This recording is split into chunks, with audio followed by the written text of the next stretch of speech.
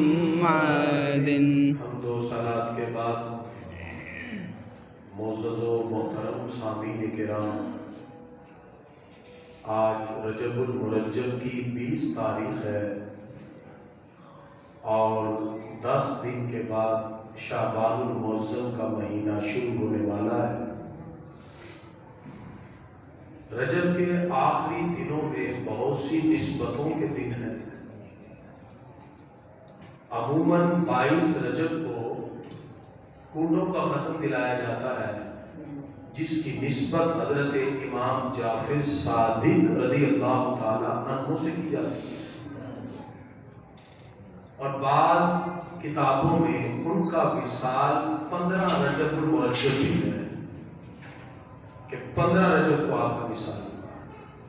بہرحال ایصال ثواب تو جب بھی کیا جائے وہ 15 کو کرے یا 22 کو کرے، اللہ کی بارگاہ میں قبولیت کا شرف پا جاتا ہے۔ سبحان اللہ۔ 22 رجب المرجب کو حضرت امیر معاویہ رضی اللہ عنہ کا یوم وصال بھی ثابت ہے، اس لیے اگر یہ ختم دلایا جائے بغیر کسی قیود کے کہ اس برتن میں ختم دلائے، گھر سے باہر نہ جائیں، یہ شرائط کا کوئی تعلق نہیں، مطلقاً ایصال ثواب، اور ان میں حضرت امیر معاویہ رضی اللہ عنہ کو بھی یاد رکھا ہے۔ اور یہ بات ہم نے اس سے پہلے بھی واضح طور پہ ذکر کی کہ الحمدللہ اللہ تعالیٰ نے اہل سنت و جماعت کو افراط و تفریط سے پاک رکھا، اور حضرت امام جعفر صادق رضی اللہ تعالیٰ عنہ جن کے حوالے سے 22 رجب کو ختم دلایا جاتا ہے، ہم خاندان رسالت مآب صلی اللہ علیہ وسلم کے چشم و چراغ ہونے کے ناطے تو ان سے پیار کرتے ہی ہیں، لیکن ان کی نسبت یہ بھی ہے جن کے نانا صدیق اکبر ہوں، جن کے دادا مولا علی ہوں، انہیں امام جعفر صادق کہتے ہیں۔ تو پتہ چلا خاندانی نسبتوں میں بھی ان کو یہ مقام ہے، جن کے نانا حضرت ابو بکر صدیق ہے، جن کے دادا حضرت مولا علی ہیں۔ تو جب یہ ان پاک ہستیوں میں نسبتیں جمع ہو سکتی ہیں تو یہ ہمارے دلوں میں ان کی محبتیں جمع کیوں نہیں ہو سکتی؟ خاندان رسالت مآب کے چشم و چراغ حضرت امام جعفر صادق رضی اللہ عنہ کے نانا کا نام حضرت ابو بکر صدیق ہے اور ان کے دادا کا نام حضرت مولا علی ہے۔ پتہ چلا صحابہ و اہل بیت کی محبت ہی دنیا میں اور آخرت میں کامیابی کا سبب بنے گی، اور ان پاک ہستیوں سے ہمیں اپنی محبتوں کا اظہار کرنا چاہیے۔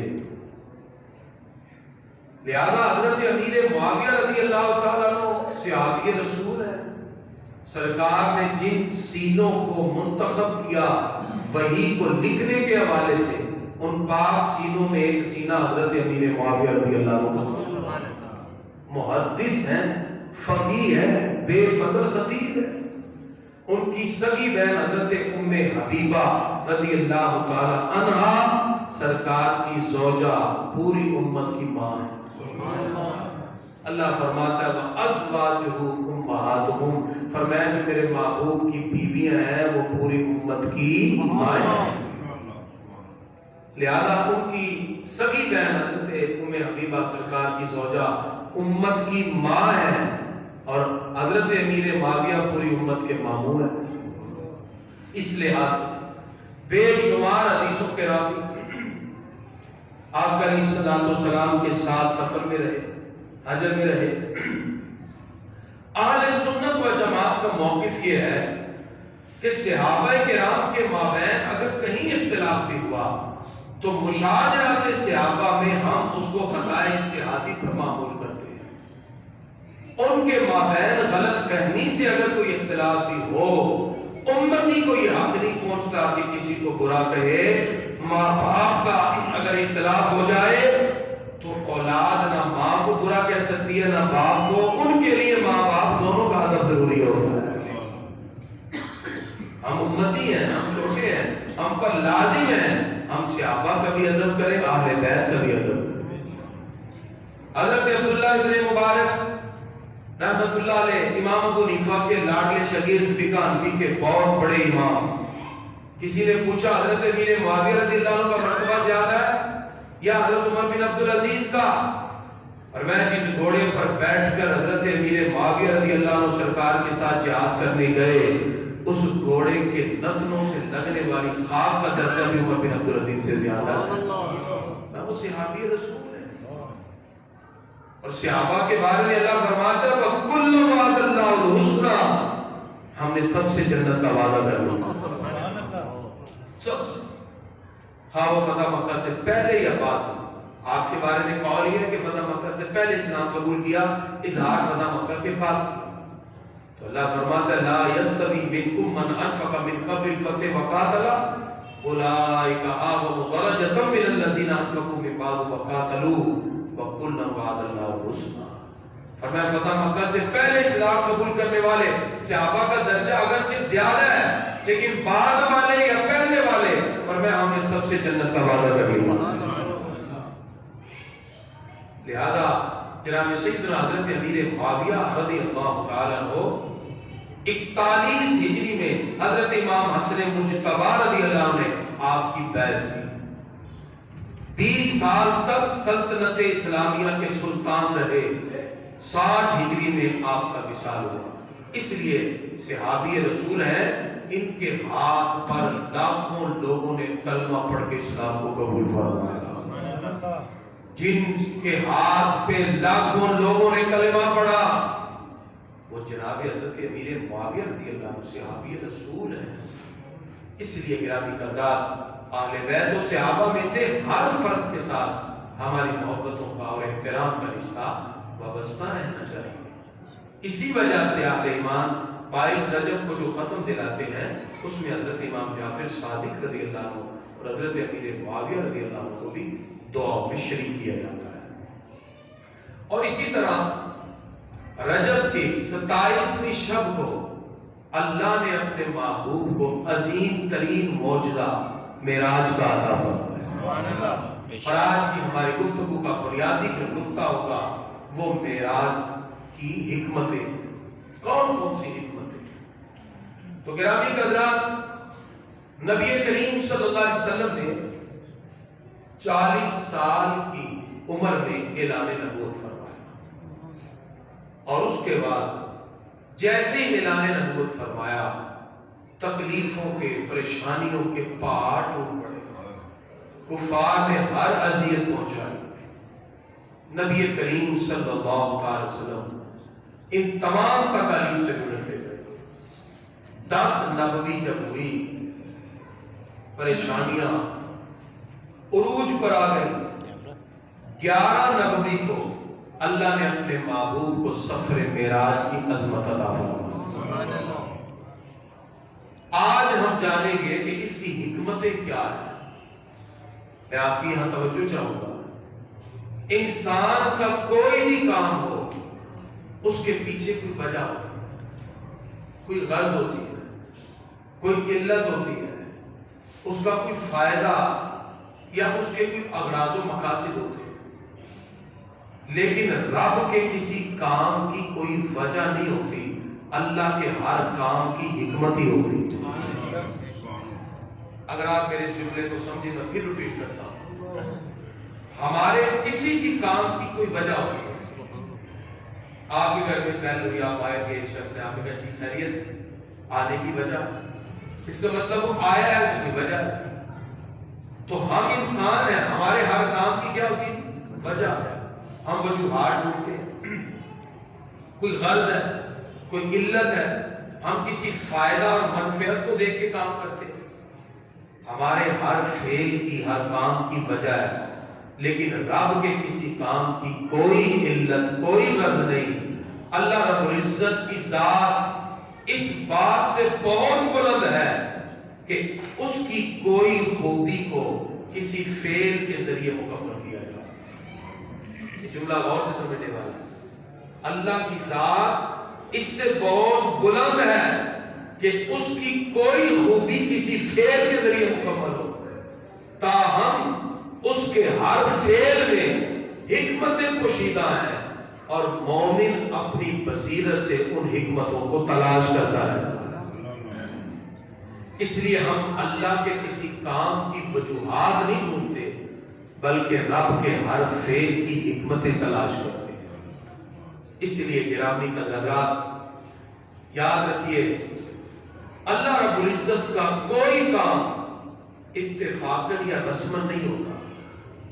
پروردگار کے ہر کام کے تحت حکمت پوشیدہ ہوتی ہے، اور تقاضائے حکمت کے مطابق اللہ اپنی قدرت کو ظاہر فرماتا ہے۔ اسی وجہ سے ہم چیزوں کا انالیسس کرتے ہیں، ہم چیزوں کی اکاؤنٹیبلٹی کی طرف جاتے ہیں، ہم چیزوں کی اپنی بصیرت سے اکاؤنٹیبلٹی کرتے ہیں، ہم اپنی چھوٹی سی عقل سے چیزوں کا تجزیہ اور انالیسس کر کے اس کی ایک رپورٹ بنا کے پیش کرتے ہیں، اس کی کنکلوژن کے اندر اس کا ریزلٹ نکالتے ہیں۔ وہ ہماری ادنا بصیرت، ہماری چھوٹی سی عقل اور ہمارے فہم کا نتیجہ ہوتا ہے کہ جو کسی ایک ریزلٹ پر، ایک نتیجے پر آ کے منتج ہو جائے۔ اللہ کے کسی کام کو آپ کسی ایک ریزلٹ میں مقید کر ہی نہیں سکتے۔ وہ کائنات کی قدرتوں کا مالک ہے، وہ قادر قدرت کا مالک بھی ہے، ان اللہ علی کل شیء قدیر بھی ہے، وہ قادر مطلق بھی ہے۔ اس لیے اللہ کی جتنی بھی قدرتیں ہیں، ہم ان کی حکمتوں کو تو تلاش کر سکتے ہیں، ہم ان کی وجوہات اور اغراض کو کبھی بھی ایک لائن میں یا ایک جملے اور ایک کتاب میں سمیٹ نہیں سکتے۔ اللہ جس کو چاہے محروم کر دے، رب جسے چاہے عطا فرما دے۔ وہ جب چاہے، جتنا چاہے، جیسے چاہے، جس طرح چاہے، جس کو چاہے، جس انداز سے چاہے عطا فرما دے۔ وہ فعال لما یرید ہے، اس کے سامنے کسی کو دم مارنے کی گنجائش نہیں، مجال ہی نہیں، وہ قادر ہے۔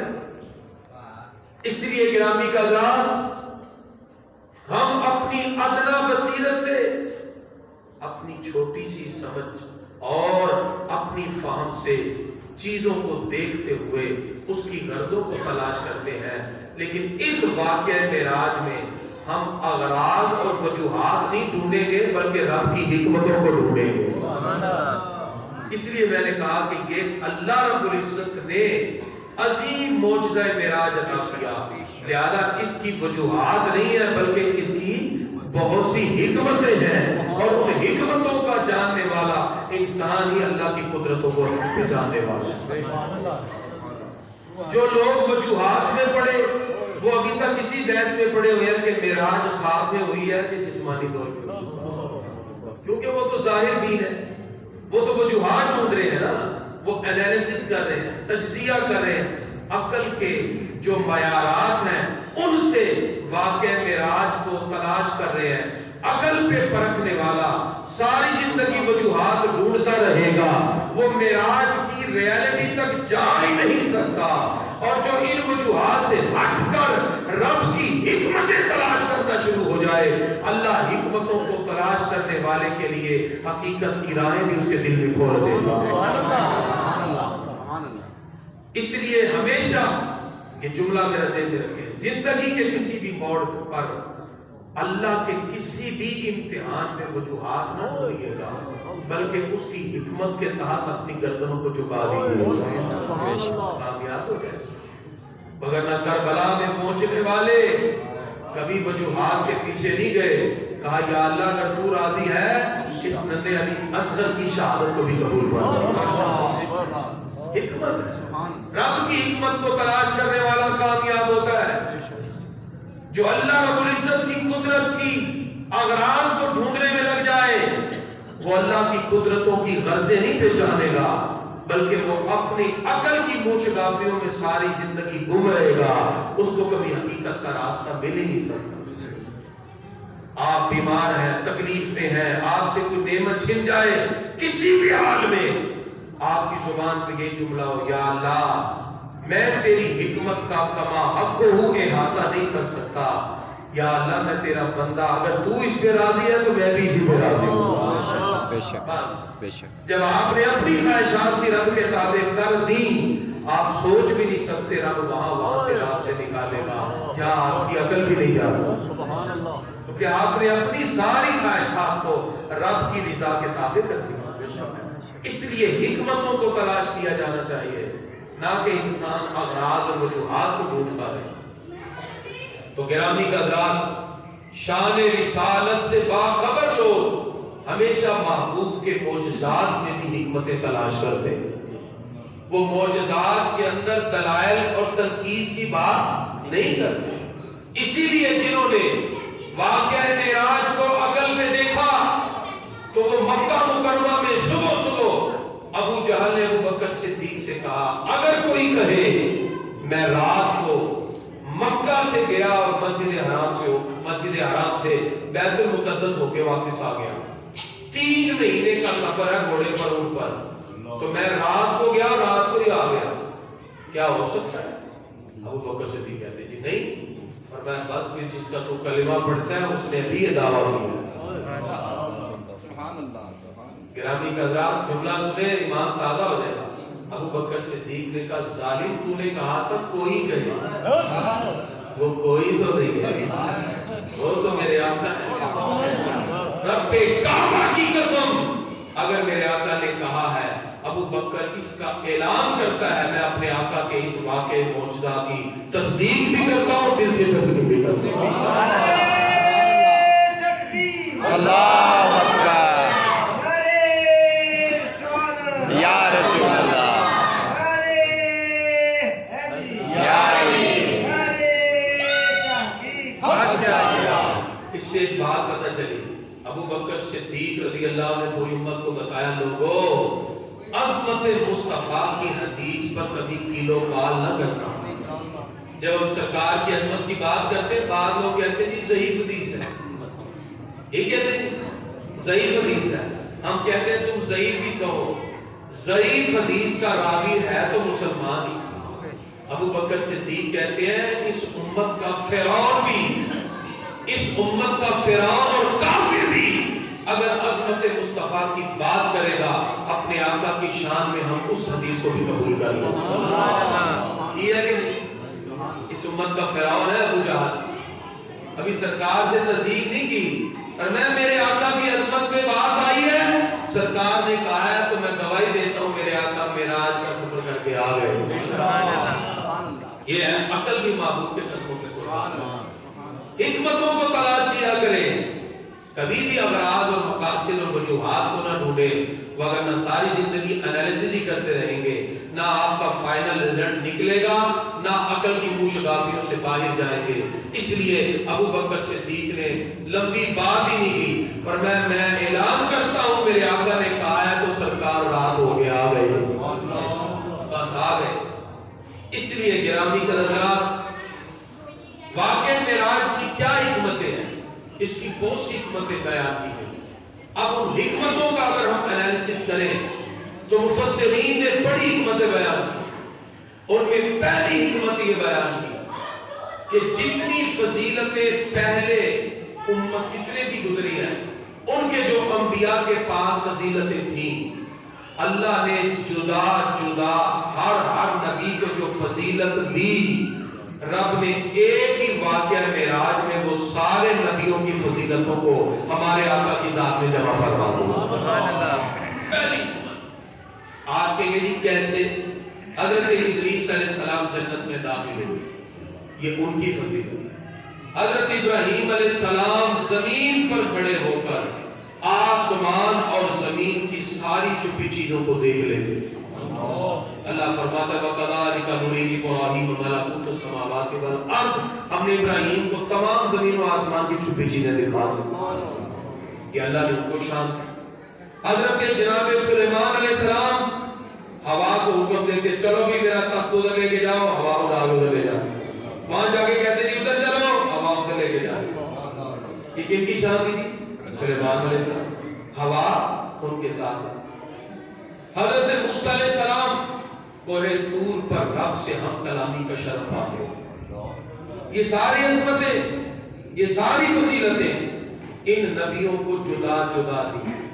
اللہ فرماتا ہے محبوب آئیے ہم آپ کو ایک ہی ایسا معجزہ دیتے ہیں جس میں نبیوں کی ساری فضیلتوں کو جمع کر دیا جائے. کوئی لا مکان کے مقیم ہوئے سر عرش تخت نشین ہوئے وہ نبی ہے جن کے ہے یہ مقام وہ خدا ہے جس کا مکان. ساری فضیلتیں جمع فرما دی.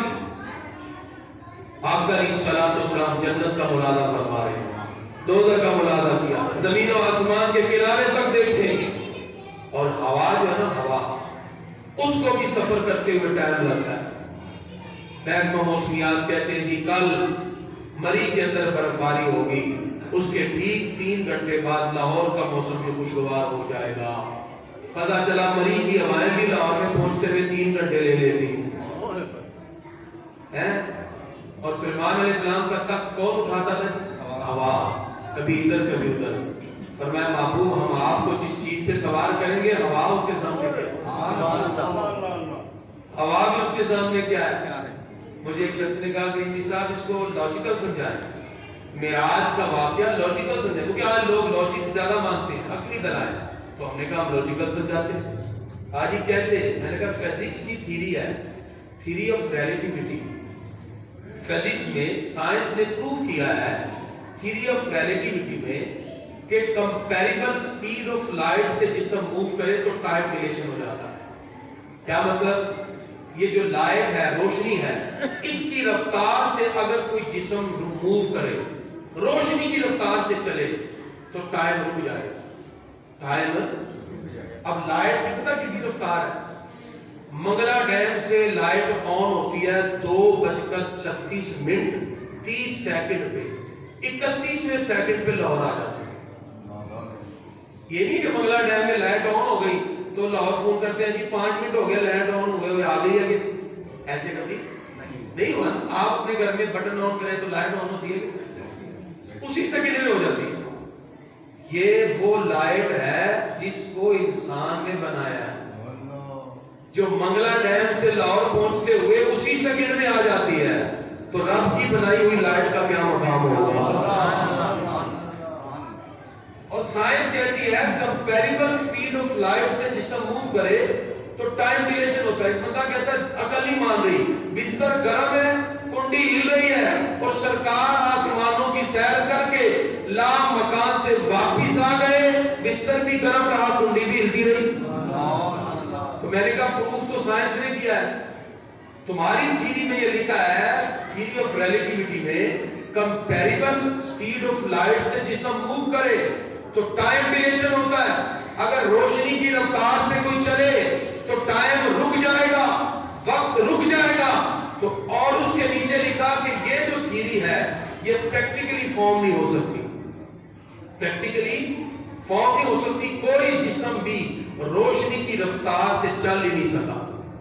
تو ہم نے اس کے نیچے لکھا تمہارے نزدیک پروف نہیں ہو سکتی رب چاہے تو اس سے بھی زیادہ تیز رفتار سے پروف کروا دے. اور پروف ہوئی ہے تھیری آف ریلیٹیوٹی پروف ہوئی ہے. معراج کی رات اللہ نے اپنے محبوب کو برق پہ سوار نہیں کیا براق پہ سوار. روشنی کو انگلش میں کہتے ہیں لائٹ عربی میں کہتے ہیں برق.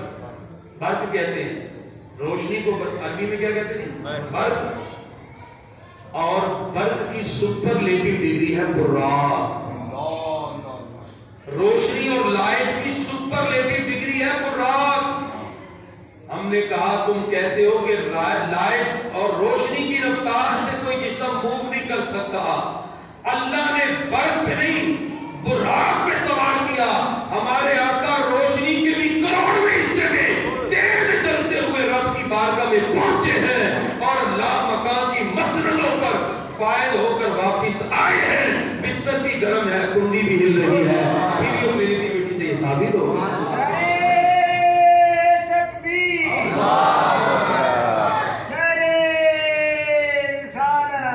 رسول اللہ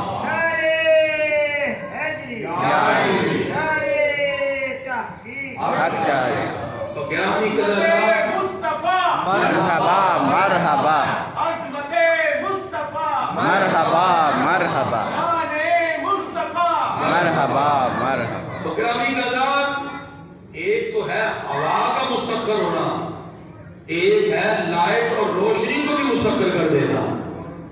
اور ہمارے پیارے نبی صلی اللہ علیہ وسلم معراج کی رات کس پہ سوار ہوئے؟ براق. برق کی بھی سپرلیٹو ڈگری. اللہ فرماتا ہے کوئی بندہ میرے محبوب پہ اعتراض نہ کرے کیونکہ یہ دعویٰ میرے محبوب نے کیا ہی نہیں. سبحان الذی اسرا بعبدہ، فرمایا یہ دعویٰ تو رب نے کیا ہے. سبحان الذی، پاک ہے وہ ذات، اسرا بعبدہ، جس نے اپنے بندہ خاص کو معراج کروائی، سیر کروائی. اب بتائیے سائنس جو آج اس لائٹ کو ایجاد کر کے دعویٰ کرتی ہے کہ منگلا ڈیم سے چلنے والی لائٹ لاہور میں اسی سیکنڈ ہم پہنچا سکتے ہیں. اگر سائنس آج اس نہج پہ پہنچ گئی، سائنس تو رب کی کریشن پہ، تخلیق پر جتنے بھی ایکسپیریمنٹ کر کے یہاں پہنچی ہے، تو جو ان ساری کریشن کا کریٹر ہے، جو ان ساری تخلیقات کا پروردگار ہے، وہ اس سے بھی تیز چاہے اپنے محبوب کو اپنی بارگاہ میں بلا کے واپس بھی دنیا میں لا سکتا. قدرت کس کی ہے جی؟ بولے تو صحیح، اللہ کی. جب اللہ اس بات پہ قادر ہے تو ماننا ہوگا رب نے سارے نبیوں کو جو معجزات دیے، اللہ نے وہ سارے ہمارے محبوب کی ذات میں جمع فرمایا. اس نے یوسف دم عیسیٰ، جتنے بھی اس نے یوسف ہے، دم عیسیٰ ہے، آنچے ہما داری، جو کچھ بھی وہ خوبیاں رکھتے تھے. کسی شاعر نے کیا خوبصورت کہا، اس نے یوسف دم عیسیٰ، آنچے خوبہ ہما داری، جتنی بھی خوبیاں وہ سارے کے سارے رکھنے والے تھے. اللہ نے وہ ساری خوبیاں اپنے محبوب کی ذات میں جمع فرمائی. سر سے لے کر پاؤں تک تنویر ہی تنویر ہے، جیسے منہ سے بولتا قرآن وہ تفسیر ہے. سوچتی ہے دنیا یہ مصطفیٰ کو دیکھ کر وہ مصور کیسا ہوگا جس کی یہ تصویر ہے. تیرے انداز یہ بتاتے ہیں کہ خالق کو تیرے سب حسینوں میں پسند آئی ہے صورت تیری. اللہ فرماتے ہیں یہ ہمارے آقا کی شان ہے، یہ عطا رب نے فرمائی. ٹھیک ہے جی. تو یہ معراج کی حکمت ہے. ایک حکمت یہ بھی ہے کہ ہمارے پیارے نبی صلی اللہ علیہ وسلم جب دین کی تبلیغ فرما رہے ہیں اعلان نبوت کے بعد، تو طرح طرح کی اذیتیں، تکلیفیں کفار کی طرف سے، یہاں تک کہ 10 نبوی کو جناب ابو طالب کا بھی وصال ہوا، حضرت خدیجہ رضی اللہ تعالیٰ عنہ ان کا بھی وصال ہوا. اس پر گرامی قدرات ہمارے آقا کبیدہ حاضر ہوئے، قلب مبارک میں رنج محسوس کیا. تو اللہ فرماتا محبوب رنجیدہ نہ ہو، ہم نے تو پوری کائنات کا مالک ہی آپ کو بنا دیا. آئیے تو دیکھیے تو صحیح، جتنی بھی چیزیں یہ آپ اس کے مالک ہیں. اعلیٰ فرماتے ہیں میں تو مالک ہی کہوں گا کہ وہ مالک ہے. ان ساری چیزوں کا حقیقی مالک اللہ ہے، لیکن رب اپنی عطا سے جسے چاہے عطا فرما دے. میں عصائی عصا رب کا مقام محمودہ. محمود دیکھیے گا کیسی شان ہوگی، قیامت میں ہم آپ کو مقام محمود عطا فرمائیں گے. اعلیٰ فرماتے ہیں عرش حق ہے مسند رفعت رسول اللہ کی، دیکھنی ہے حشر میں عزت رسول اللہ. ہمارے آقا کی شان حشر میں پتہ چلے. تو گرامی قدرات، جب نبی کریم صلی اللہ علیہ وسلم رنجیدہ دل ہوئے، اللہ فرماتا محبوب رنجیدہ نہ ہو، آئیے ہم آپ کو بلا کے کائنات کی ساری چیزوں کی سیر کروا دیں گے. میں تو مالک ہی کہوں گا کہ وہ مالک حبیب یعنی محبوب و محب میں نہیں میرا ہے. اور معراج کی جو عظیم عظمتیں اللہ نے عطا کی، اس کی ایک حکمت یہ بھی ہے کہ جب کوئی کسی چیز کو دیکھ لیتا ہے تو اس کی وحشت دور ہو جاتی ہے. بن دیکھ کے وحشت نہیں ہے. جیسے حضرت جناب موسیٰ علیہ السلام کو جب اللہ تعالیٰ نے فرمایا یہ عصا پھینکیے تو وہ اژدہا بنا تو آپ ڈر گئے.